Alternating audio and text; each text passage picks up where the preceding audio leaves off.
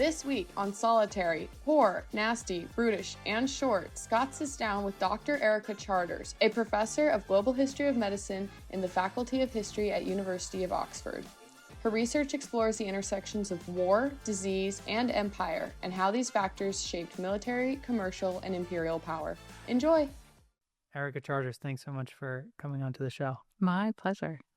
We'll start with a nice, easy question, perhaps easy for you, but I think it will help frame the discussion for a more general audience. What is an epidemic? You know, are we just talking about microbes here, or what are we talking about? That's hardly a warm-up question. I think that's the million-dollar question, right? What is an epidemic? So there is a kind of, we could say, clinical medical definition, which has to do with when there is excess disease. So when there's either a crisis in terms of the amount of disease or an unusual rate. The other interesting point is sometimes it's about the type of disease, because there's not going to be a magic threshold. So how many cases makes an epidemic? That depends. And sometimes we can say for certain diseases, all you need are a few cases, and all you need is a certain disease that's unusual to that place. So I think if I'm speaking as a historian, the thing I find very interesting is that means it's not just up to medicine or a lab to decide. You can already see how this is a kind of social decision or political decision, because some ways of thinking about it is, when does disease become a problem? Who is Charles Rosenberg? This is like history of medicine 101. top 10. So Charles Rosenberg is an amazing historian of medicine. Is he still kicking? He is still kicking, and he actually wrote. So, in case you don't know, if you're a historian of medicine, you kind of grow up reading Charles Rosenberg. He writes these very readable, but I think very profound conceptual frameworks for how we as historians want to think about disease and medicine. A classic, which I'm guessing you're referring to, is his "What is an Epidemic?" Published, I think, in the 1980s, early 1990s. 79, maybe. Could be wrong. Yes, we'll have to check with him. So the wonderful thing about that text is he wrote it during AIDS, and I think when you are a student in the history of medicine, you grow up reading that. Then when you teach history of medicine, you get to teach it. And then during COVID, I got to talk about it with people who weren't historians. And how it helps them to think about what they're living through and what they're experiencing. So happy to talk more about what he says an epidemic is. I don't want to get Rosenberg wrong, because indeed he's still alive, and he might answer us. He was answering emails during COVID, because of course a lot of people, I was in touch with them saying, would you like to comment on what is an epidemic, the updated version? And I think he was basically saying, you know, I've said everything I need to say over a very long career. The world doesn't need to hear more from me. So just definitionally, because we're going to be using these terms frequently again for the non-historians of medicine, could we just quickly go over epidemic, pandemic, and endemic? Yeah. So pandemic is something which I think post-COVID most people are much more familiar with. Pan kind of meaning broad or wide. One way we think about it is now, if something is global, we think of pandemics. So an epidemic that is over a broad geographical region. It doesn't have to be global in that sense. It can just be across a continent, or it can be across various countries or nations. Epidemic is when we talk about these kind of crises of diseases. Endemic is my favorite kind of disease, which I'm very happy to talk about. And that is the diseases that we live with constantly. And one way of thinking about this is, I think you can only really understand what an epidemic is if you also understand what endemic disease is. So one way of thinking about this, even though this is not how the Greeks used it, but demic, demos, just comes from the word for people. Epi means something on top of, the way that we think about epiphenomena, for example, right? Fancy way of saying something above. En is a way of saying in or within, right? So we can think about how endemic diseases are diseases that are kind of within or local to us, things that we live with, not things that we love, but just things that we've accepted. And often I like to think about it as Endemic disease is domesticated disease. And then we can think about how epidemics, those are the diseases that The are wild problems. wolves. Yeah, they are the problems. They're the Lurking. crises. Yeah, exactly. Yeah, I like that. The wild diseases. So I guess one clarifying question I would have, even as a very early stage researcher, just linguistically here, is let's say we're talking about SARS-CoV-2 in Oxford, Yeah. for example. Would we refer to that, and we're doing a study on the isolated geographic region of Oxford over a particular time period, would we refer to that as epidemic because it's acute and referring to a specific time and place that's bounded? Or would we refer to, but it is also part of a larger pandemic that is also occurring in Reading and whatever other cities exist in the UK? Yeah. So as in, it can be an epidemic in Oxford, but it can also be an epidemic is in part of the England. pandemic. Yeah. And then it is this broader pandemic. And it's an interesting point that when we think about how pandemics end, it's usually that they just become localized epidemics, right? So you can already see how they're, again, pandemics and epidemics are related, or pandemics usually begin, of course, as an epidemic in one localized area. And then the idea is that if they keep growing, then they become a pandemic. I was reading, I was getting into the theory weeds the other day, and I can't, please don't quiz me. I can't remember who came up with this. It was like syndemic. Yeah. Or like when multiple epidemics are happening concurrently. I don't know where exactly it came from. Yes. So anthropologist, I believe his name is Merrill Singer. We can fact check that later if we want. He came up with the term syndemic. And what he was doing at the time was he works with, so he's a researcher in the US, but working especially in very poor communities. And he was trying to explain patterns, I believe, for HIV/AIDS, but also thinking about how HIV/AIDS interacts with other health problems. And as his case, I don't even think he was necessarily thinking about other infectious diseases. He was often thinking about drugs, so drug addiction, violence, obesity, any number of things. Yeah, and how it's very hard to actually explain the pattern of HIV/AIDS unless you're also thinking about how it's interacting with these other health issues. And of course, especially with COVID-19, the Lancet wrote a piece talking about it's not how COVID-19 isn't actually an epidemic, it's actually a syndemic, in that what we're seeing is COVID-19 interacting with, say, the comorbidities. Where was this? Was in the Atlantic?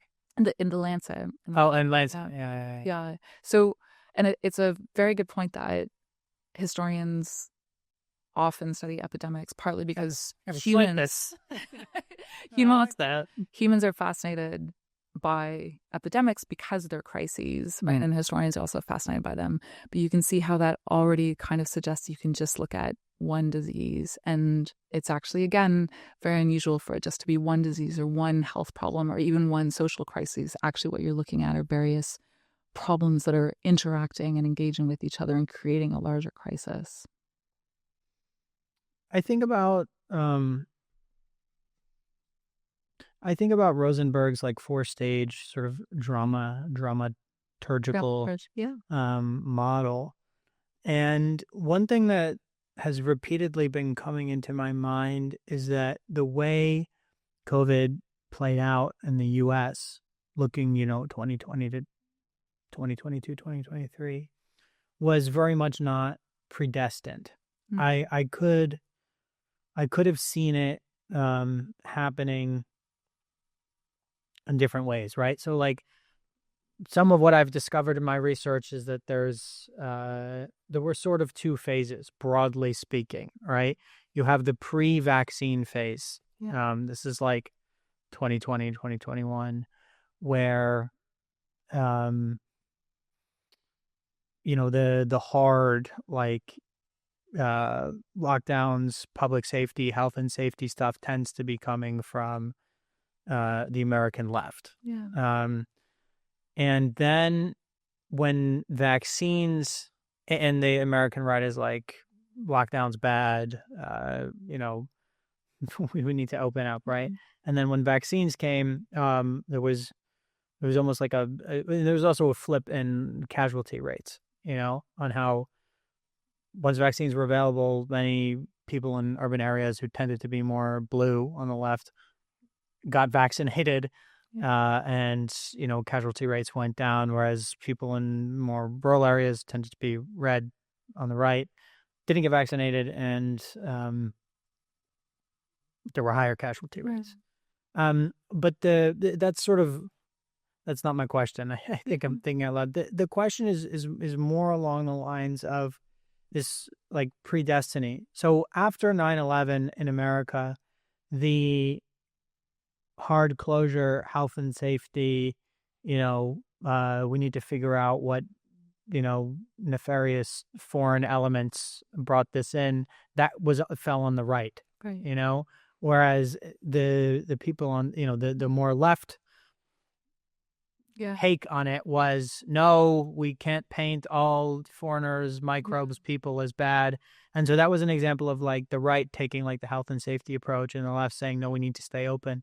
And then COVID, I very much could have seen the same thing happening of like Republicans being hardline, like, we need to lock down. This is like this, bioweapon, we need to like health and safety. And the Democrats being like, no, that's racist. That's closed-minded and such. But in fact, it was the sort of, in some ways, the opposite, like, drama from what we saw during 9/11. Yeah. So I guess the question too is about like how epidemics play out, and feel free to draw on whatever historical examples you want in ways that are not clear. Like it didn't also it wasn't predestined that it would, well, maybe it was predestined given everything that was happening in the US, that it would be cut along partisan lines. But the way it was cut along partisan lines, except not necessarily in the way that you might expect. Yeah. So one of the reasons why I love being a historian is because it surprises you, right? Humans are very frustrating. We'll know that in daily lives. But also, I think this is the point of being a historian, is you study humans and you study human actions. And exactly to your point, one of the reasons why I am interested in studying the history of disease is partly because I like looking at disease as a way to think about and to analyze how humans respond. And how do they respond in a crisis? And you're right that, of course, we all have these predictions, this thought that we know what's going to happen, or, so this political party should think like this. They should see the problem like that. And of course, what the historical record tells us is anyone who tries to make predictions is probably going to mess up eventually, if not in small ways, then somewhat spectacularly. So what I love about it is partly, of course, this is a reminder. We study history partly to remind ourselves of the problems of trying to predict what's going to happen.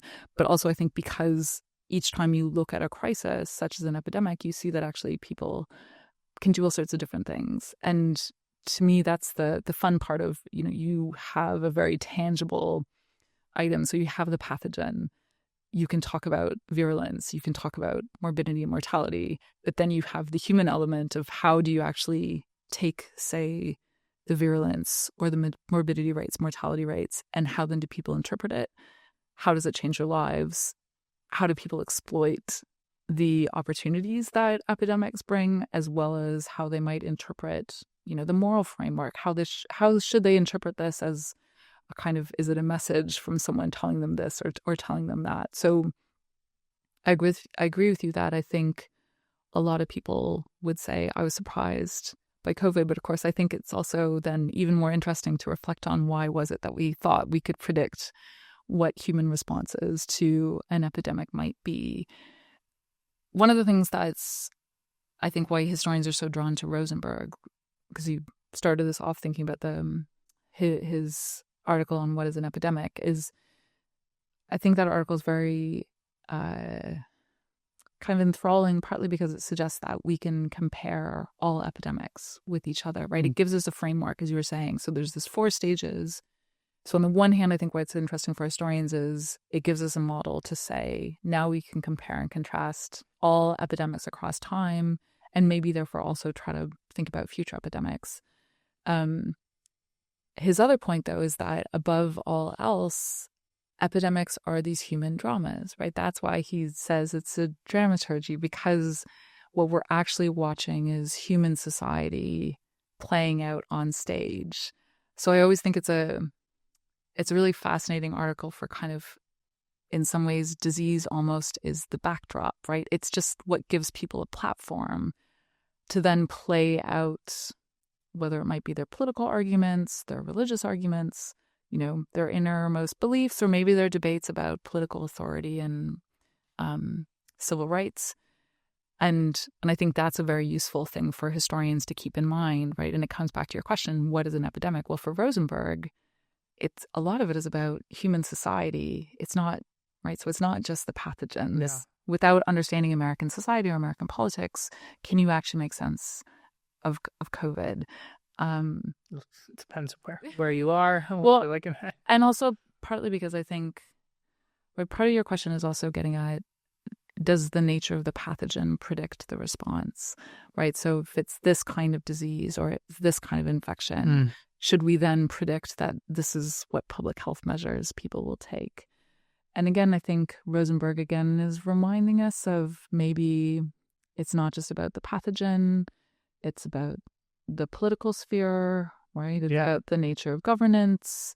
It's what people think is most important to them. So that's why I think it's so useful as a historian. What are some other sort of historical examples, maybe from your own work, where people had perhaps predictions about how things were going to play out, and lo and behold, it did adhere to that, or and then all the social fractures and things are brought to the surface by this. So there's, I know there's many. Just pick, but of course, so two things I'd say. One is, so I ran this project during COVID, as you'll know, called How Epidemics End, thinking about the endings of epidemics and how people discuss them. And one of the things which I thought was very interesting is looking back and seeing how did people in the past know when an epidemic was over. And it's an interesting point because obviously we're still having some of those discussions now about COVID. But also what I found interesting is people don't actually walk around saying, oh, thank goodness now today that epidemic is over. I think, I'm worries over going back to my normal life. In fact, of course, what you get most persistently is a kind of fear of that epidemic reoccurring or another outbreak reoccurring. And so there's also this nice point about how long does it take before someone can look back and say, okay, that has ended. So for 1918, for example, if you look at what they're writing in 1920, the view of a lot of epidemiologists is not in 1920, great, it's now over. They are predicting another wave. And at what point do you look back and say, oh, I guess it's over? And it's the same thing with plague outbreaks, especially from the early modern period. Paul Slack wrote about this, that what you see in places such as England in the 1700s, they haven't had a plague outbreak for many years, but they're worried for 60, 70, 80 years. They are still convinced that plague is right around the corner and it's coming to get them. So I think that is a false prediction, but it's no more normal. And I think in some ways very understandable for us to be thinking that. So what can we expect, as well as what should we not be expecting? Paul Slack was occupying quite a bit of my mental space the last few days. Mark gave me Epidemics and Ideas. Yeah. That was a collection from a conference maybe in 92. Yes. Something like that. Yeah. Terrence Ranger. Yes. Great text. Yeah. So interesting question. That is kind of an oldie. It's an old text. An oldie but a goodie. Yeah. Does it not read like it's still relevant? We were in, yesterday or a week from now. I was reading in particular Richard Evans' piece on cholera in 19th century Europe. And I'm writing about COVID in New York for my thesis and the broader implications for American society, and plenty of questions about that coming. But, I'm reading about Germany in 1832 in the UK, and I'm like, wait, is this Germany or is this New York in 2020? there's timeless stuff, and it's not the. I mean, it depends what you mean by nature and content and whatever, but it's not like the specific details of what we're reading about. It's the kind of nature of panic and fear and social tensions and, class grievances and COVID pathogens affecting different groups in different ways. And I mean, the text is 30 years old, but it's as relevant as ever. I was actually, I want to maybe ask you about this. This is probably getting maybe too obscure for the podcast. But they were talking about Margaret Pelling. Yes. Well, they didn't like her. They didn't like her. They did not like her as a person. We could say, I don't know. So Maggie's still around in Oxford. I don't know if you've met her. She comes to the seminars. Oh, definitely. Maybe I have to cut this. Might need to slightly revise it.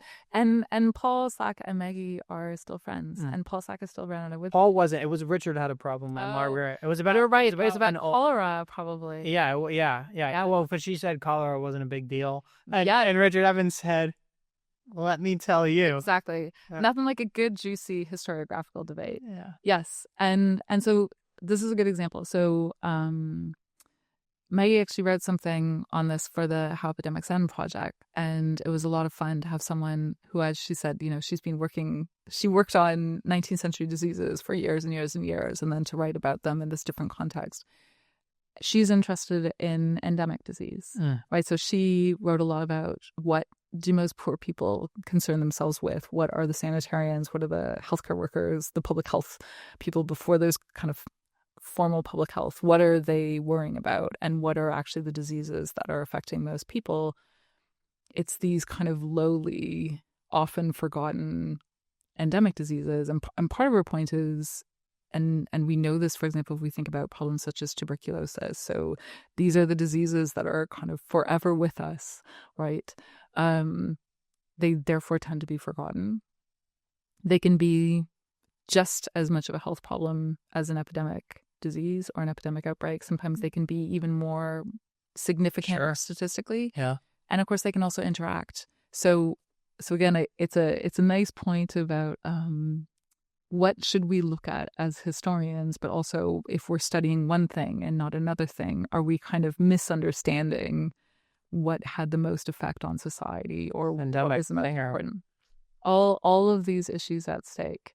So yeah, Maggie has this really nice line in this article that she wrote about endemic disease for the How Epidemics End project, where she says how historians are drawn to excess, right? Which I like this kind of, and it's a bit like, it's like you want to see the drama. You want to go to the crisis, where are the flashing lights? Let's go there.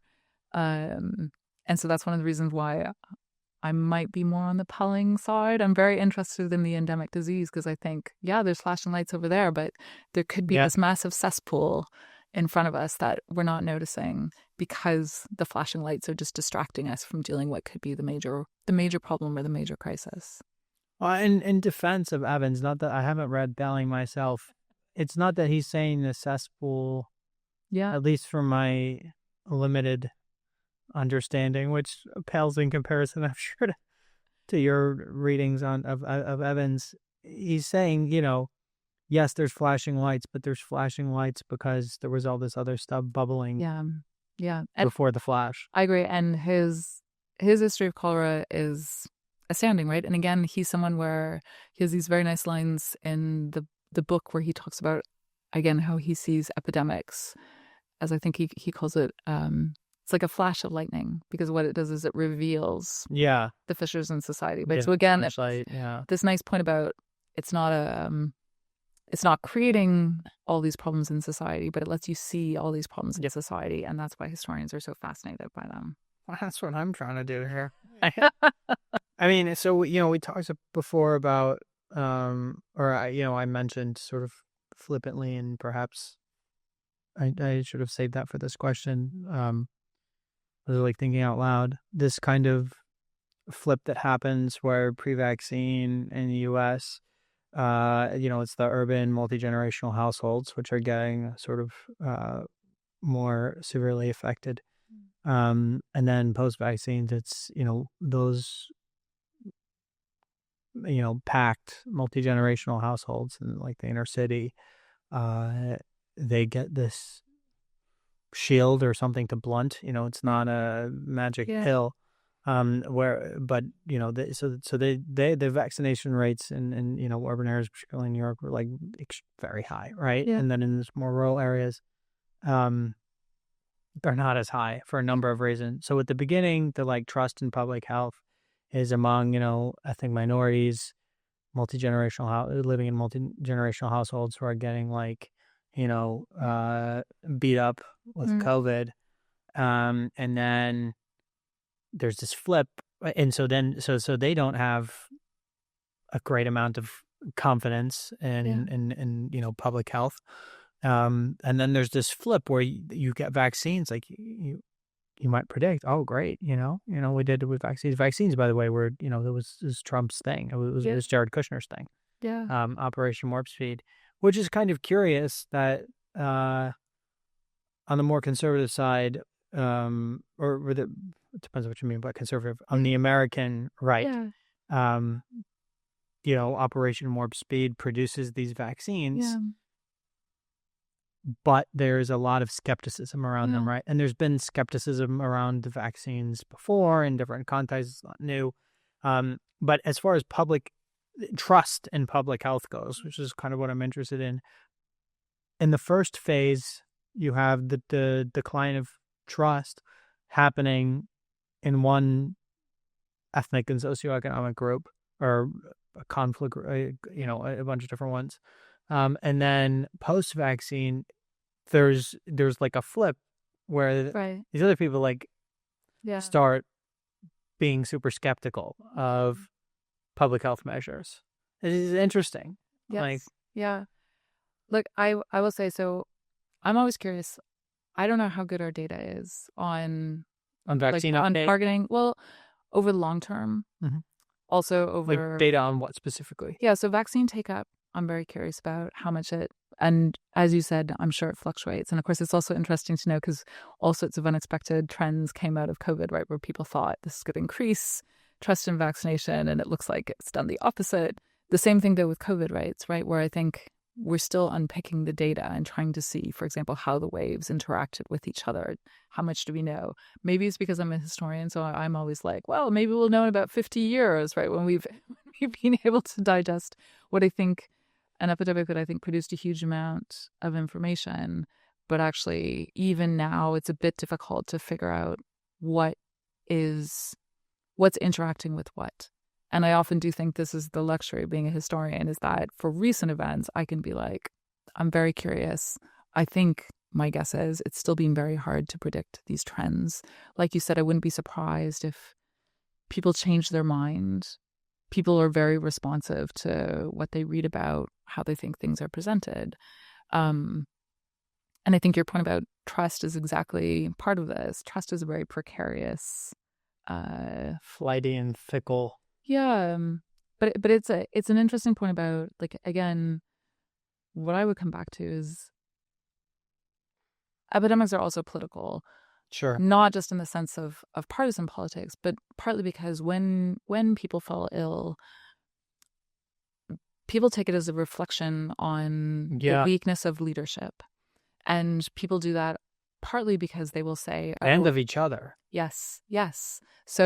So this is why I think, again, it's so hard for us, especially in something that's so immediate, and maybe also because most people kind of assume we're secular creatures and rational creatures. But actually, I think disease brings out these deep-seated, more kind of, I would say, moral and religious views of judgment and responsibility and accountability.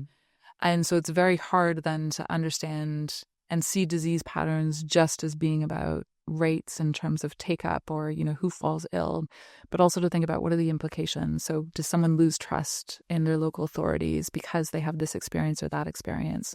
What is it that changes people's minds, right?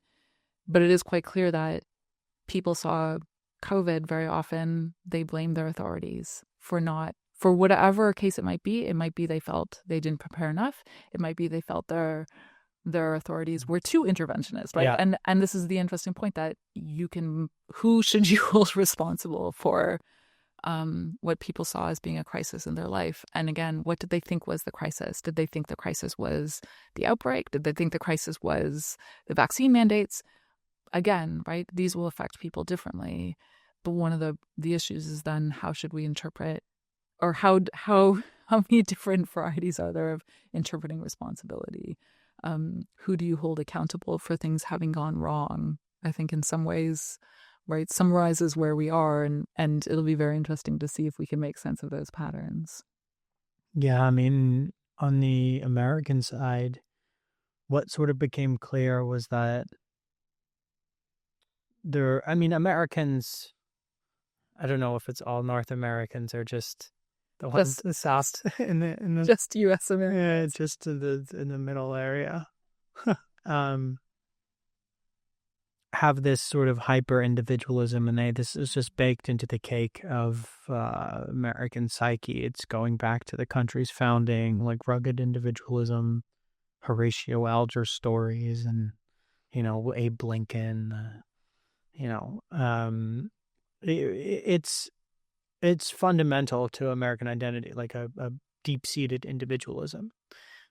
So it's in that sense, looking at American individualism or solipsism or focus on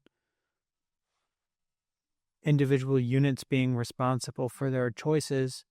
In that vein, it can be understood why, over the course of COVID and its associated public health response, individuals began not just to blame the government, but to blame each other. If you're healthy, that's great. You took good precautions and you wore a mask and you didn't put yourself in risky situations. And if you're ill, well, there's no victim blaming going on. It's like, this is your fault. You didn't want to get a vaccine. You didn't want to isolate pre-vaccines. It's you live in cramped environments and things. That's your fault. Who would live like that? And then post-vaccines, it's it flips. It's like, oh well, it's your fault because we have a vaccine and you chose not to take it. But there became a kind of like, there was a moral character to health outcomes, which were sort of seen again, like it's what is and what is perceived are necessarily different things, and what's perceived is, I think, and you would maybe agree, is more interesting. How people feel, regardless of the facts or data or whatever, is the interesting part for historians. For us, is like, there was this, whatever your situation is, it's your fault. And I think that really came out in America, at least during COVID. Yeah, so historians have talked a lot about how, so partly I agree with you that, and I think, again, Rosenberg even talks about this, right? That this is these are moral Get away bases. from this guy. Rosenberg, he's going to be a nice theme.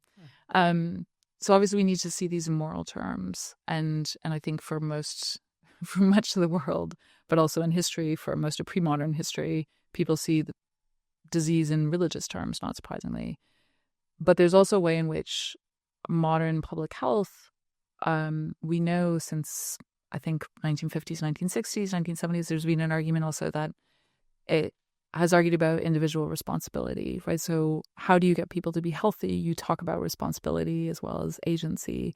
And public health communication in Britain and in North America took those approaches, and they're very effective in terms of, again, if you try to imagine, like, how do you get people to follow certain sanitary practices? How do you tell them to, cough and sneeze? Exactly.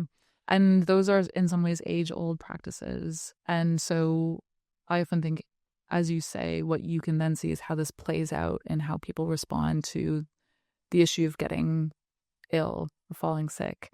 And it's an interesting point that if you make health an individual responsibility, then people then feel responsible and even sometimes guilty for becoming ill. And partly because, of course, public health measures kind of suggest if you just do these things, you can prevent it. And that could be contrasted with other cultural practices where they're probably framing it not perhaps so much in terms of individual responsibility, right? So I almost think it's I agree with you that some of this has to do with a kind of American tradition or American identity, but I often think it has to do with even a kind of broader set of cultural assumptions, which has to do partly with health, but partly with certain modern frames that people had for health. So historians have talked about with the French Revolution, one of the interesting arguments that was made is when the revolution comes and when we all become equal citizens, we will also all be healthy, right? Because disease comes from the political corruption and the economic corruption. And so, which is a disease, right? yeah. And so in a democratic society, in many ways, this will solve the problems of health. But the other flip side of this, the historians point to, is the language also says, basically, it's not only that when you're a citizen, you'll be healthy, but also when you're a citizen, you have a responsibility to maintain your health in order to keep the nation strong, right? So I think one way of thinking about some of these feelings is this is also part of the interesting point about public health in a democracy and tying health to citizenship, right? It's both a political and a moral virtue, but it does mean then you want to think through what are the implications when you fall ill, not only for yourself, but how you think about your political authorities. Personally, I haven't washed my hands since COVID. Yeah. I think you've lost your citizenship. I think you're no longer a civilized creature by these bounds. We're supposed to banish you from society. I don't know. Soap and I, we don't agree. Oh, no kidding. That's so gross. I don't. No. Yeah, I mean, I don't know. I was thinking about the Richard Evans chapter, and he's talking about castles in Hungary, I think, which were ransacked after Yeah. there was some hot stretch of weeks in July, and chlorite stockpiles were found in some castles, and the local peasants thought that the nobles were trying to poison their water supply in order to eradicate the disease of poverty, and they were dying, in fact, of cholera, not of chlorite poisoning. I'm not even sure what chloride is, to be honest. But I think it's hard to imagine a society, and maybe there is one, in which poverty is not also associated with being dirty, and being, exposed to unclean water and these kinds of things. And that, in fact, it's the elite people who get to go out and toil and tend to the land, and maybe that's just my own limitations of knowledge, but I in most cases, in all of the history of medicine literature which I've read, it's the poor tend to be more exposed to disease because they don't have clean water, and doctors don't recommend that you're poor, right, if you want to maintain your health. So there's and this is one of the interesting, it's actually a debate more broadly than about how we should understand rates of disease. So people like Paul Farmer, who have a particular brand of thinking about global health, or people who talk about, so I think the language, say, people often talk about health inequalities or even health inequity, and the point being that a shorthand really for who's healthy is people who are not poor. And so one of the kind of debates that this engenders then is, if you want to think about solving the problems of disease, is this which one do you solve first, the poverty or the or should you actually just be focusing on poverty rather than on, so for example, do you invest, so this comes up especially I think when it comes to tuberculosis, this has come up as a kind of interesting discussion of, do you invest your money in researching, say, vaccines or drug treatments, or do you invest your money in social programs, or do you just say, just give money to poor people? Because of course, something like tuberculosis, I think, is a very tangible example of a disease that's interacting with, say, poor nutrition, poor living conditions, right? Other diseases, you might trace much more the kind of specific infection, so you can think about targeting it. But you're right that this is where, again, especially in the field of the social history of medicine, social history of disease, right? Where one way of thinking about what we're studying is we're actually studying people's social conditions. It's a proxy for understanding how people live, what their lives are like, what people eat, right? What is standard nutrition? Because that's actually a good way of thinking about how vulnerable you are to diseases. So you're right that it's tied up in these debates. But again, I think this is the interesting point, a bit like your point about American politics or American society. This is also a debate about what you prioritize, right? How are you going to solve the world's problems? Well, I don't know. How are you going to make everyone right? What should we prioritize? Well, and that's why the nice thing about being a historian is I don't have to come up with the answers. I just get to analyze. Yeah. And that's why, again, that's why I love studying what I do, partly because Well, what doesn't work? what doesn't work? I mean, who knows? Well, you know, you do. Come on. Well, again, the historical record will throw up some surprises, but as a historian, my job is to analyze, right? Mine is not to instruct, I think, except for youngsters like you to instruct you in the wonders of history. But I don't think my job is to instruct public health officials about what they should do or government officials. There's some people in our department who do They that. are very good at doing that. And of course, what they're very good at doing, though, is thinking about how do you translate the complexity of a historical case to pull out what's actually relevant. Right. Because policymakers, I have a lot of sympathy for them because they have to make the hard decisions. And as you said, they have to say, this is what's going to work. Or sometimes they just have to say, what you often see in epidemics is they say, we need to do something. We're not even sure if it's going to work, but people need us to be acting. I get to sit in a comfy armchair and read texts and say, isn't it interesting that they chose this or they chose that? And look, I can trace the implications of this and I can trace how they didn't look at that. But that is, I think, a world apart from knowing what the Sitting answer in the other chair. Yeah. And I am very happy to be in my comfy armchair. I do think I think historical analysis and scholarship is useful, partly because it lets us think about the complexity of these factors, right? Very often, especially in crises such as epidemics, what we want is this one cause or we want the one answer. And a bit like Rosenberg and other people are telling us, or when we talk about syndemics, right? Look how many causes, look how many factors there are. How can we possibly try to pick apart this part or that part? And I think historians can definitely remind policymakers, oh, wait, look, you forgot about culture. You forgot about this group here. And there's these implications to that. And here's some patterns. But that's the benefit of being on the armchair, that you can deal with complexity in ways that I think people who are dealing with action, they need to narrow it down and they have to be ruthless.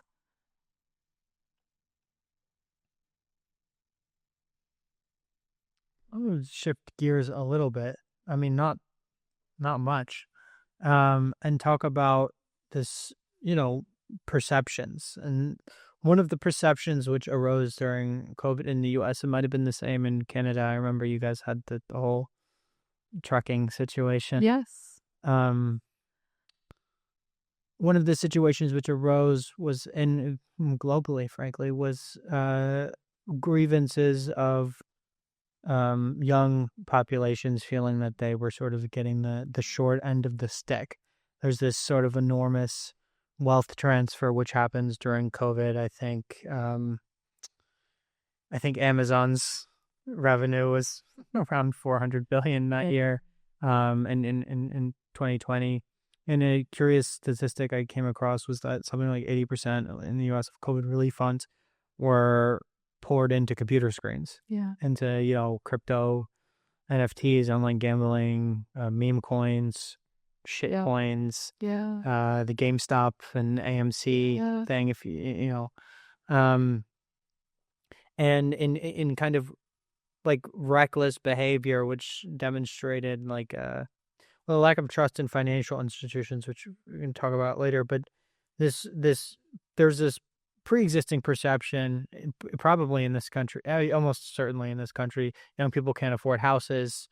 Their quality of life is not what their parents' quality of life is, and then the parents are looking down and saying, why aren't you doing what we did? Why didn't buy a house? Well, because the house is like 100 times what they cost when you bought a house.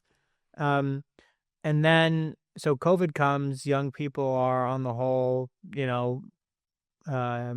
less susceptible to the really negative effects of COVID. For a lot of young people, it's like the flu. Yeah. I mean, it wasn't pleasant for me, but I was okay. And so COVID comes, they're like, we're locking down to save old people, and the young people are like, but this is yet another manifestation of our getting the short end of the stick. Because, and you use that like lightning analogy before. It's like they were already upset about this. Yes. And then this thing happens and they're like, this explodes. They're like, enough is enough. And they react and produce a kind of backlash in lots of strange but interesting ways. I mean, how did it happen in Canada or the UK or whatever you're most familiar with? So I will say, so I was not in Canada for COVID. My family was there, but I was mostly based in the UK. Sometimes occasionally in the US. And so I won't be able to say firsthand. And look, the other thing I find interesting with it is maybe particularly because it was COVID. And so of course it meant a lot of things were online. It's very hard to get a sense of what it was like for other people, right? And I do think this is one of the interesting things about, again, the luxury of being a historian and going back and looking at things many years after, when you can have a better sense of who's left records and who hasn't. But you're right to kind of think through how it affected different parts of society very differently. And as you say, I'm sure it sparked or revealed or exacerbated some of those pre-existing tensions. It's quite clear that you're right that one of the differentials in COVID had to do with age and demography more broadly. And again, that's something that I know when people are trying to piece together even global patterns, right? Trying to understand demographic patterns in different parts of the world. So parts of Africa, which really has a very youthful population, and just how different than the pattern of COVID was there. And how that might then explain different ways that society has responded to it. I have no doubt that we're going to have more insight, right, in years to come, thinking through how is it different for different generations. But I always think, isn't this, again, why disease is interesting? Because it affects different people in different ways. Yeah. It's never this kind of flattened, here you have a virus and you just release it into society and then you can say this kind of statistical version of whatever it is. Actually, of course, what it does is it, whether it's through, eating patterns or living patterns or whatever it is, there's always this interaction in which different groups are affected differently. And so it's part of the splintering then that you especially see during a disease crisis. I mean, have we seen this kind of like generational shift before? We could talk about the sort of lingering post 2022 effects of this, maybe in the quality of the MSc cohorts or the whatever. Oh, I don't know. Well, I was thinking, you're right that, of course, it's not the quality. No, but as an instructor, so as someone who's teaching young people, then of course you're aware of just how different it is than, say, for someone such as my parents. Or for international students. Were here or no? It must have been Zoom. Yeah, so just by Zoom. So, and an interesting point again, though, how different is it according to your socioeconomic class, right? Again, what experiences do you have? Sure. If you have a place to study quietly. And... Yeah. Or are you actually working the whole time because you're, I always felt like the Deliveroo drivers, were this kind of fascinating. Where were there? Yeah, there because they were working. They were very busy during the whole pandemic. And I think we're kind of like, they kind of had the city to themselves in a weird way, right? They could take over the roads. But so 1918, I always thought was really interesting. So just to be clear, you're saying COVID was a conspiracy of Deliveroo. Deliveroo did COVID. Do not quote me on that. No, but I also direct quote. Let's edit this, Max, so we can get a like. You know what I would like though, because we talk about people keeping records and diaries, and And the thing that I find interesting about it is there's assumption that everyone keeps a diary. And actually, of course, like most people don't keep diaries. It's not actually a kind of inherent human practice. I do not. So maybe that's just part of it. But we also know like diary keeping is tied to, say, religious self-examination. So it comes out of a certain cultural tradition. But there's also groups who just don't keep diaries. So I remember when they had this kind of collecting COVID project, what you'd see is you got a lot of records from university students, right? Because university students are a great prime audience who they will write up their impressions. But of course, imagine if we only had the records of university students to give us our experience of what COVID was like. So my point is more, yeah. We're the world. My point is more, my guess is the delivery drivers or the whatever they're called in different countries, I don't think they're people who keep diaries, but they had a very interesting experience during the pandemic. Right. I'm sure that they saw all sorts of things, and they would be this other insight. Yeah. As far as I know, we're not creating an oral history. I was going to say, we get it so much. Maybe we should. Maybe we should.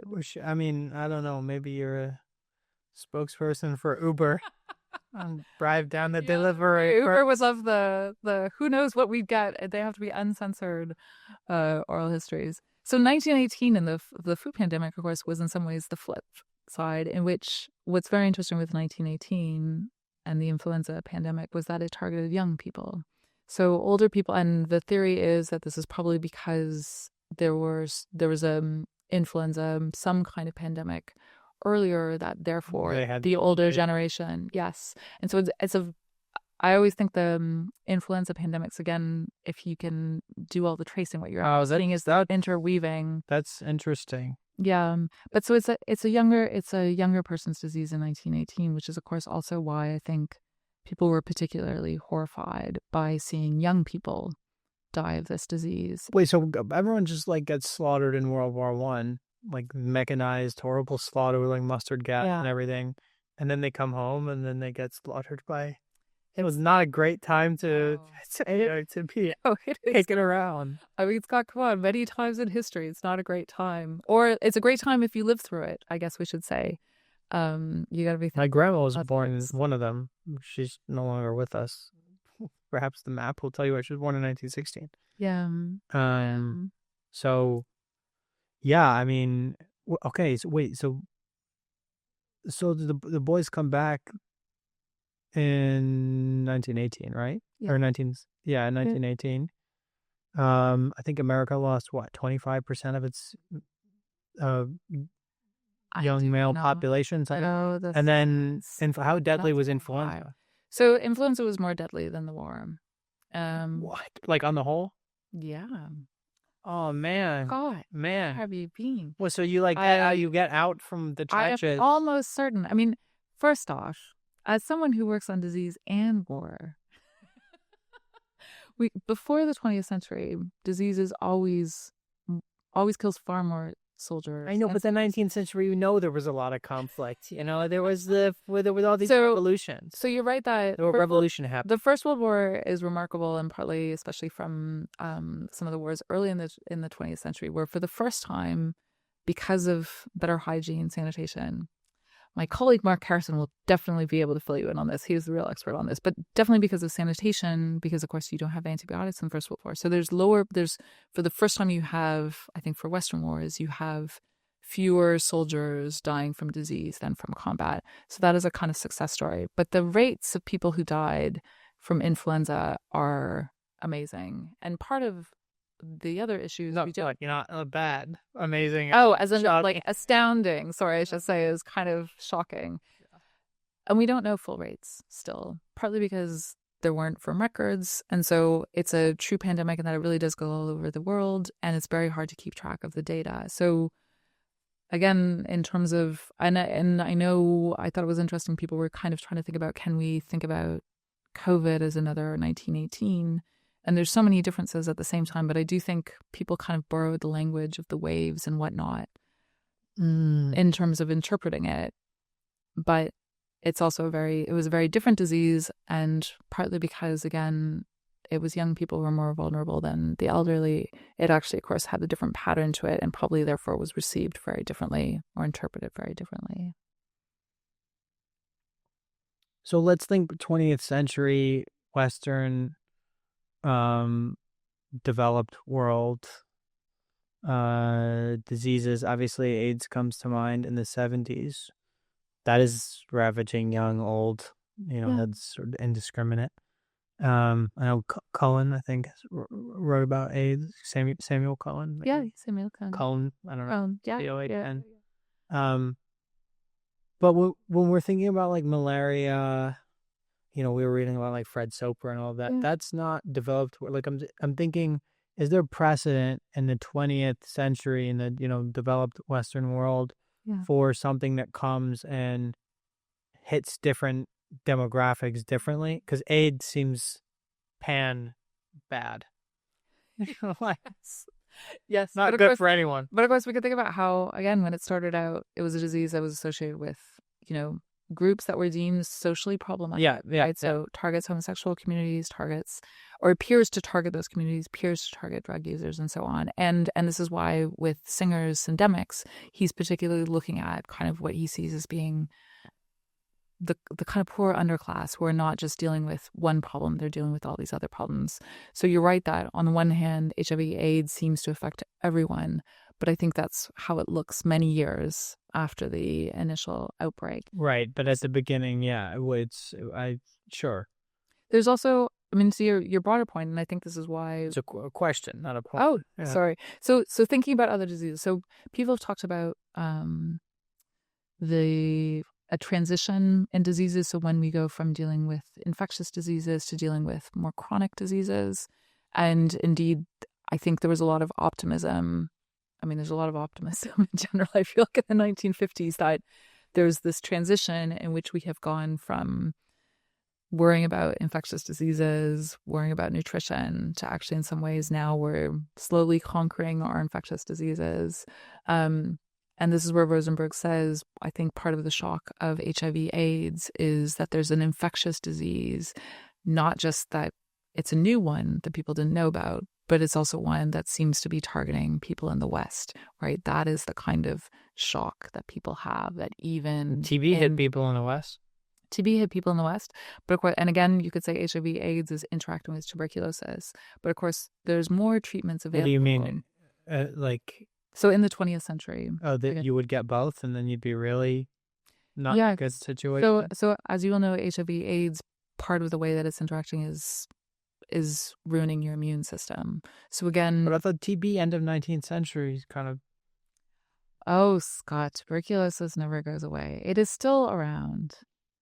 It is still floating around. But we do have all of the defenses. We just can't distribute them logistically, right?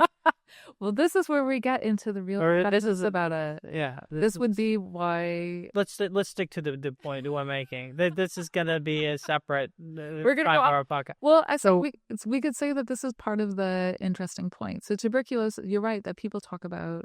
There's an idea that we're going to solve the problem of tuberculosis, especially by the 20th century, especially by the mid-20th century, because you're right, we have antibiotics, we have medical care. And then people point out what happens is we get HIV/AIDS. And interesting. That interacts with tuberculosis. And of course, then... Did TB become AIDS? Well, it's... Again, it's more like I don't know. It's more that populations where you thought that you could maybe solve the problem of tuberculosis, if you get HIV/AIDS as well, then that creates major problems. So again, one of the ways to think about this is it's very hard to understand the pattern of HIV/AIDS without also understanding the pattern of tuberculosis. And so whereas people had thought that they could control, manage, maybe even end tuberculosis, HIV/AIDS makes it quite clear that actually this is much more of a problem, and that's probably it's not going to be easily solved. So why does that make that more clear? It's a separate disease. Well, because they interact, and because what you're dealing with. Are you saying now, they in a person? In a person they interact. So one way of thinking about this is HIV/AIDS. So you can kind of perhaps live with tuberculosis, but if you also get AIDS with tuberculosis, then that is the end of you before they have proper treatment.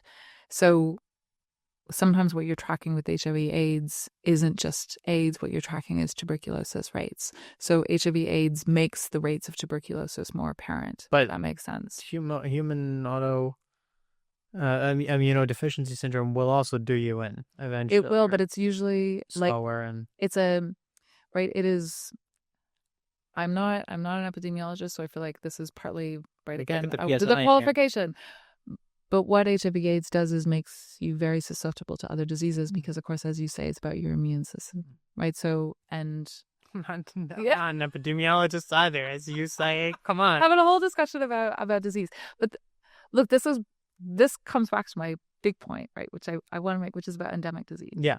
Right, tuberculosis. So, I often talked about this during COVID because, like you were saying, we have all these nice pictures of this disease and that disease and how many people die. But of course, again, you have all these diseases that are happening in between each major outbreak, and they're continuing on. And actually, just like our syndemics, what they're doing is they're interacting with these other diseases. So this is why I just think, tuberculosis is a fascinating disease. It does not excite people probably in the same way that maybe HIV/AIDS does, or people know less about it. People are less aware of its kind of cultural impact. And again, that's because it's a disease that's kind of always with us. But actually, again, can't understand HIV/AIDS epidemic without actually studying tuberculosis. Okay, Eric, I've saved the spiciest questions for the end here. Do we have time for a few more? You got a few minutes? Let's do this. So this one is about Oxy and America and how this whole situation, first of all, how it happened, why it happened, how it completely ballooned out of control. I think there's an economic story to be told of misaligned incentives. I've been reading, it just came out this year. Harold sent it to me. Sheila Ogilvy. Yeah, Sheila Ogilvy. Yeah. From my former alma mater, wrote this book called Controlling Contagion. Yes, which I have not read yet, I will confess. Sheila, I am going to read it very soon, I promise. But she's not a historian of medicine, right? She's an economic historian. That's right. Yeah. Very interesting stuff. And so then I'm like thinking about this in, through an economic lens, and it reveals a lot, But what does Erica have to say on the subject of Oxy and America's addiction to painkillers? Discuss. Erica doesn't have much to say because I don't really study painkillers. I don't necessarily study pharmaceuticals. You do study endemic diseases. I do study endemic disease. And you're right that is a nice point of thinking about what is an endemic problem, what brings it to the surface. How do we treat it? Yeah. Look, again, I don't get to treat endemic disease, right? I just get to write about what does endemic disease reveal about societies or politics or whatnot. And so I'm guessing that there's a lot of interesting work that is out there where people are now writing about this. And as has been the case, people might be writing about the technicalities of addiction or about painkillers, but I think they're also writing about society, right? They're probably talking about the communities, the people, what is it, what went wrong, what broke down. So sadly, I have no insight into this particular case. It's okay. Next spicy question. There was an Italian philosopher. Well, actually, no. I want to close the loop on Oxy. You're not off the hook yet. Let's try it. I'm not seeking policy prescription here. What I'm interested in is past examples of endemic diseases which people treated in interesting ways, or how people treat chronic and endemic things that are just like part of living. What are some examples that come to mind? It doesn't have to be a pharmaceutical intervention. Yeah. But people have to live with all kinds of things. They do. And they do, right? So one thing to think about is people live with a lot of disease. And I always think that one issue is actually people are not treating a lot of the diseases. They're just living with it and they're managing it. It becomes part of their life. It becomes part of their routine. it might shift their priorities. But actually, for many people, that's what life is living with chronic conditions or dealing with, occasional flare-ups or whatever else. That I always think is a really important point to make. And of course, you also don't say, if you keep that wonderful diary that the historian wants to find, you often don't write about the things that are chronic or that are regular in your life because there's so much it's like they're part of the landscape. You don't comment on them.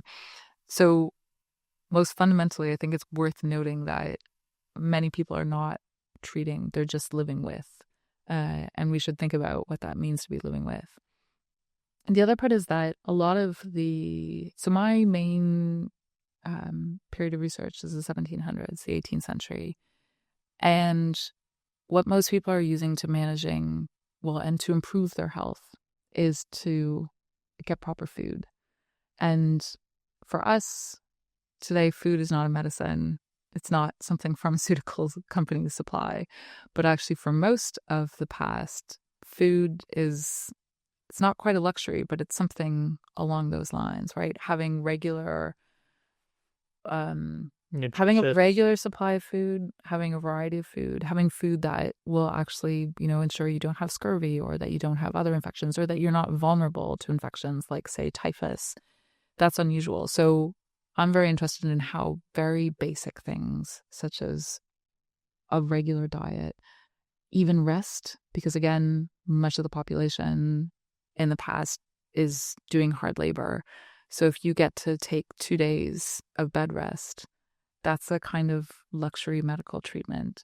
And again, I'm interested in a historian as how we don't classify that under medicine. But of course, for an early modern person, that's not part of your daily life. If you're a poor person and you get put into a hospital, the two things you'll get are bed rest and you'll get a regular supply of food, usually thought to be nourishing, quote unquote, nourishing food. That's actually very crucial to our health and well-being. Food, yeah. Regular food, something that we take for granted, right? It's curious. I was listening to a TED Talk the other day, and the speaker started out by saying for most of human history, the issue was food scarcity.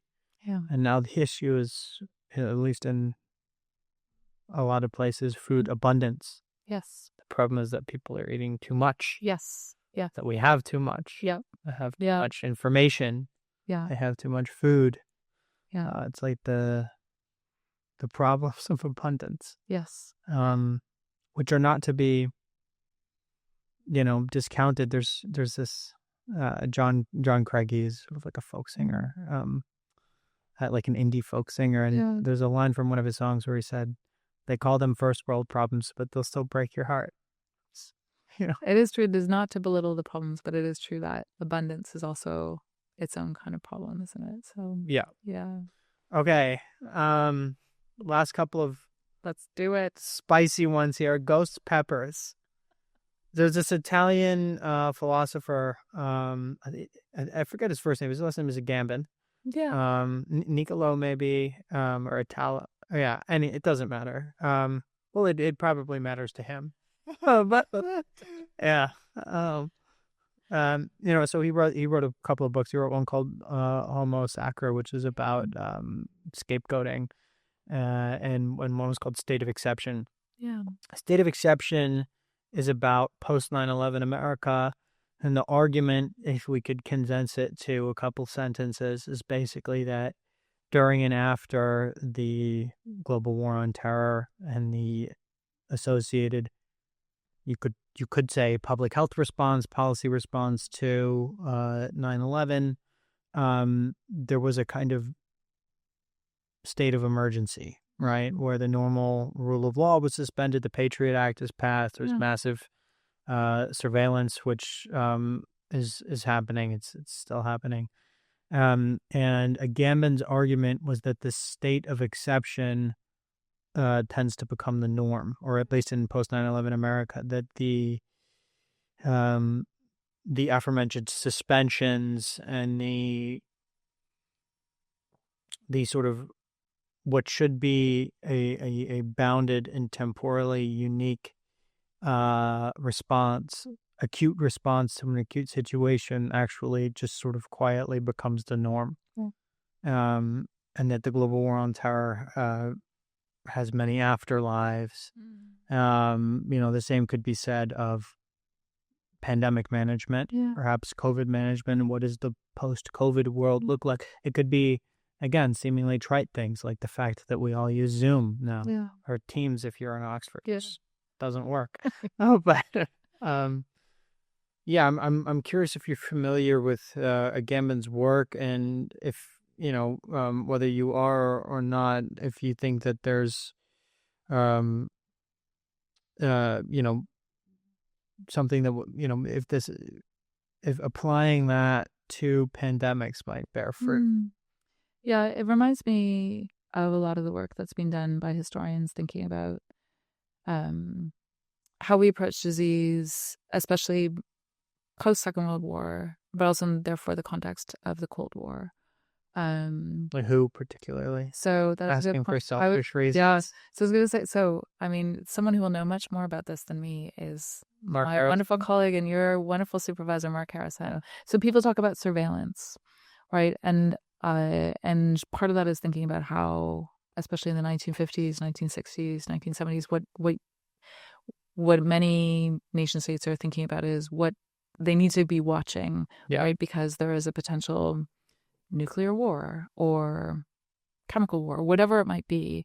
And so people have written about how, in the same way that you develop a culture of security, right, which I think is kind of what you're talking about in terms of 9/11, then people are also thinking about disease security and disease surveillance. And that's not entirely surprising, also given that, of course, people are worried about enemy states or rogue states, even anyone using bioweapons. So disease itself is something that you need to be considering. So I think there is a lot of kind of, when we try to think about what is the epidemiological model for understanding disease outbreaks, where we have these kind of surveillance models that in some ways are always giving us data on rates of disease and trying to see, are there unusual patterns, right? So this is what we've seen in terms of some of the early indications about COVID was surveillance data, right? That is telling us, there's unusual activity in this area. So you get the sense that actually there's a way in which what we're doing is we're surveilling disease rates, we're surveilling for unusual activity. So I find that very convincing, not whether it's good or bad, but just thinking about how there's different ways of thinking about how we know what's happening in our world and what therefore we're watching for, but also then how we're interpreting disease. So definitely I think there's something about population level surveillance, but also international level surveillance that's feeding into different approaches. And people often talk about having this kind of sense of there's a constant watchfulness, not necessarily the same thing as, say, what I think you saw in early parts of the 20th century, which is that you can intervene and solve the problem of disease, but rather we're going to keep our eyes on these rates of diseases and try to track what's happening and where. But I think this feeds into trust that people, I think at least some people felt were being watched all the time. We have like things over our computer cameras, for ads, for all kinds of things. There's a lot of, Carissa Veliz, she actually wrote a medical, one of her first books was like a medical thing on the medical industry, medical ethics. But then she's working a lot now on like data ethics. I think for a lot of people, they felt like we're being watched, but like you guys couldn't see this coming. Like you couldn't like do something about this. You want my you can tell me what the color of vacuum cleaner to buy. But you can't. Well, you couldn't stop this. But again, I think it's an interesting point about what the purpose of surveillance is. And again, I realize when I say surveillance, it sounds very insidious. But I think a lot of this is just, like you said, people think about data and having information. And also, like you're saying, in some ways, people think having a lot of information is a good thing. But also, isn't there a kind of, dare I say it, Foucauldian point that it's not just that we're being surveilled. I think his reminder would be that actually we ourselves want the data, right? So we too like to have data on our health. We're quite happy to sign up for the things that will monitor our pulses or, see what else is happening, because we also think having a lot of information is useful, and it's a different way to think about improving our health. So in some ways, I guess maybe 9/11 is a major turning point. I don't know. I'm also not really a historian of the 20th century, but I would say there's probably longer trends where we can think about the way people have understood their health, how it ties into this kind of data information, and also information that's more statistical, more in terms of kind of large numbers and at population level. That's definitely something that I look at starting in the 1700s, but I think that is definitely the way that most of us now think about maybe our health, but also the health of the world, and therefore how we understand disease outbreaks. I was looking through your excess death project. Yeah. Sort of like reframing counting as a moral and political kind of act, rather than just like a technical one. I think the question I would have in the aftermath of COVID, or even during COVID, is whether the numbers really matter. Like, you talk about like when epidemics end. It seemed to me like, at the time that COVID became endemic, which was a policy decision, not necessarily a statistics decision, you still had hundreds of thousands of people dying, from COVID per year. But things were open, people were sick of it. There was like a vibe shift. So I wonder if the numbers even really matter more than vibes. Yeah. I mean, this is what excess stuff got me thinking about. I gotta tell you. I mean, thinking about vibes. Yeah. I like it. The vibes of the population. What does that mean? No, I'm joking. Yeah. I know what you mean. So you're right that this project I have on excess death is partly thinking about the notion of excess death in wars, as well as thinking about it when it comes to outbreaks of disease. But exactly to what you say, that the numbers, like when we talk about disease surveillance, so what I'm saying now, when we think about health at the level of populations and probability, rather than when we think about, say, the individual experience of health, I think that makes a difference, right? We understand health, but we also understand our own health and our fears of what we want or how we're going to cure disease. We understand it in a different way. So in that sense, it is a conceptual framework. But you're also right that in some ways it's not really the numbers that are changing that. So what I often found when looking at this research is people use numbers, but they use them as tools in their argument, right? So they will say this many numbers, this is why you should think about COVID this way. And then the other side will say this many numbers to say this is why you should think about COVID that way. So they're competing tools. So they're kind of like different. They're not quite just rhetoric, because of course they're also a particular reality, but they're tools that we use when we're debating these other key points. And I think often we're debating values, right? We're debating priorities, but we need numbers because that's also the language that modern societies use in those debates. And so that is part of it that I like analyzing the numbers, but also analyzing how we're using the numbers, because I always hope that will help us debate more clearly. Because in some ways, if we can be more honest about what's actually at stake, then we won't just be kind of throwing statistics and numbers at each other.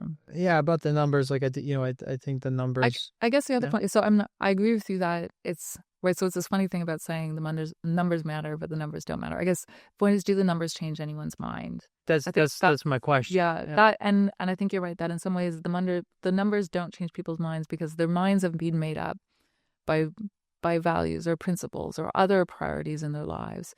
But then the numbers are a way for them to argue and express their points. Yeah. So, and this is not to say that, of course, because I think people often say, oh, you can find a statistic for anything, but it's partly just that the numbers themselves are not answering the real questions that people are concerned about. And I think that goes for the epidemics as much as it goes for some of these wars. It's what is the risk that people are willing to live with? What are the dangers they're willing to live with? What do they think is the most important part of their life? And those numbers, of course, are actually only capturing one very small part of it. It's still important, but exactly, I agree with you that the numbers are another tool that people are using to talk about what's actually of value. Do you think that you talk about like pandemics, right? Yeah. Wait, I don't know. No, I'm just excited because I feel like because you were like, all we have left are spicy questions. So every question, I'm like, okay, what's happening? These last ones are spicy. These last ones are spicy. I think, the now shuttered Future of Humanity Institute at Oxford. One of the things that we're looking at was extinction level events, and there's a lot of concern about artificial intelligence begetting a kind of extinction level event. And this gets into transhumanism and a lot of other interrelated things. But as someone who studies diseases which kill a lot of people, maybe doesn't make them go extinct, and also I don't know the extent to which you do like biological history of, I don't know, animals, which other species of which have gone extinct. But is there a scenario in which Homo sapiens face an extinction level event because of disease?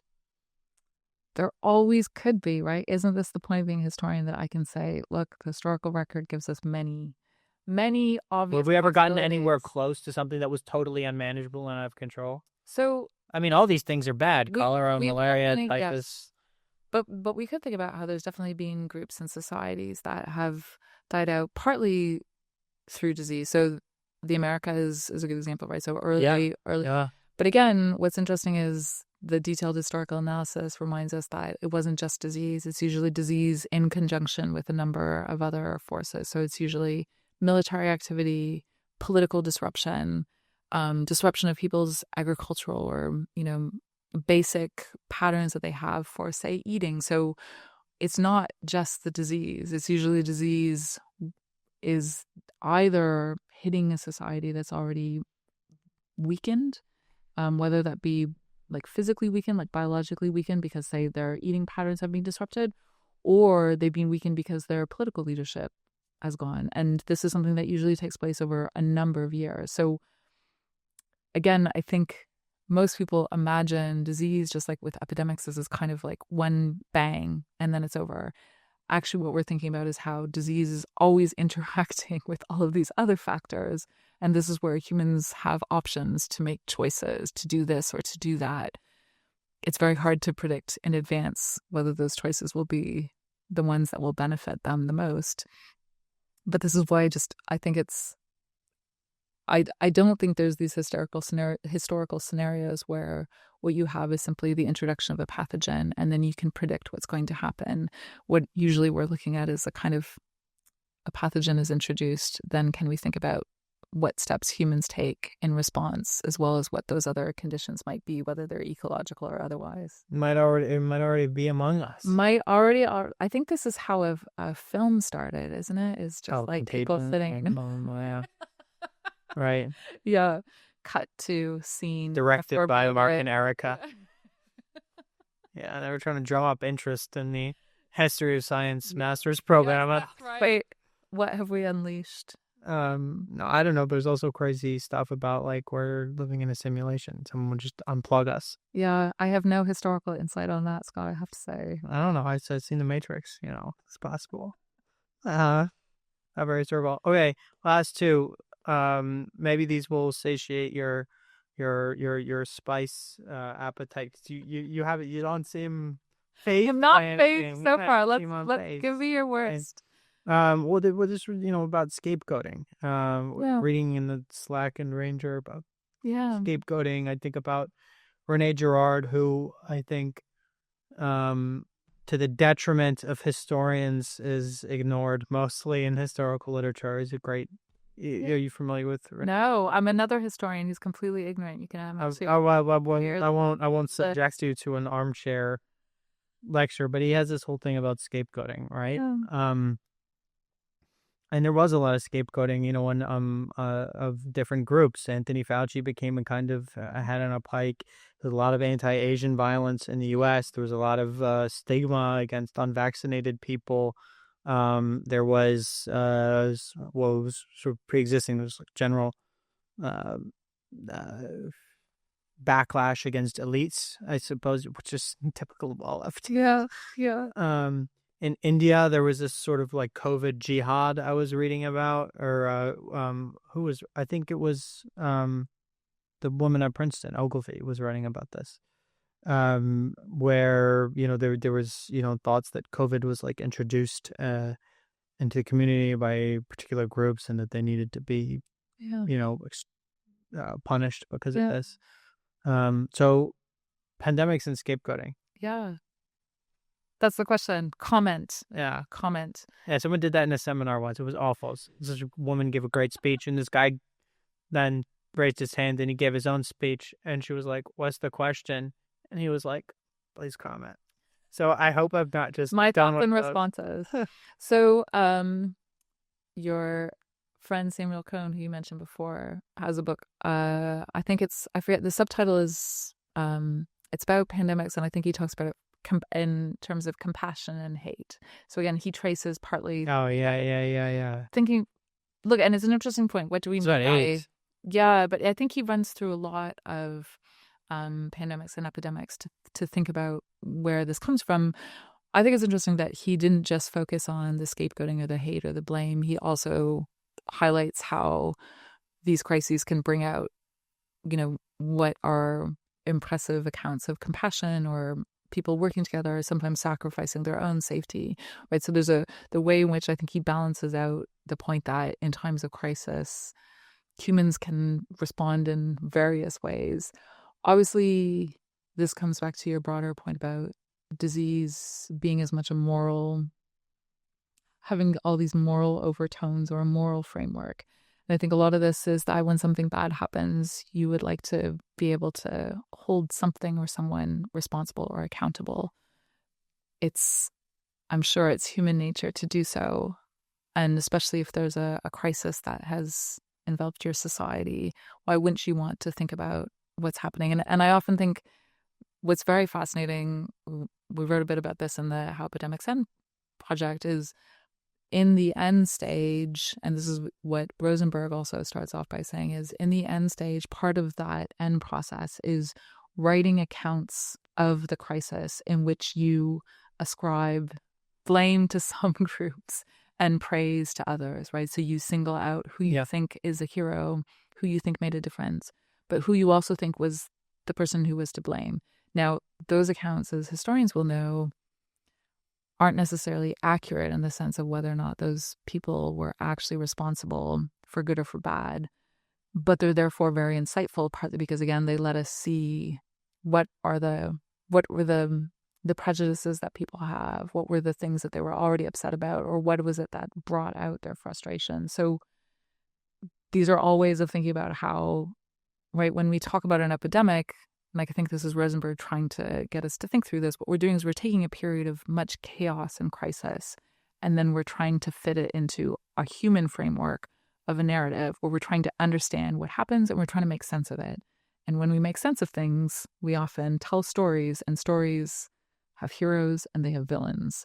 And so we'll each have these different versions, right? Maybe this is what you're doing for your masters, right? You're going to write your version, and it's on us to kind of reflect on who have we made into the heroes and who have we made into the villains in our version of the crisis. I can't say who the villains are, but the heroes would definitely be Erica, Mark, Alex.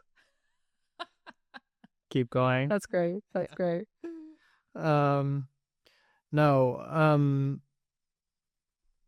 This is all. It's very interesting. I mean, heroes and villains. I'll think about Batman, but I also think about Philip Zimbardo at Stanford. He did the Stanford prison experiment. Yes. And sort of argued, I guess, in a one sentence summary that was like situational forces rather than individual values determine people's behavior. I think that's probably especially true during crises. I think his experiment was discounted.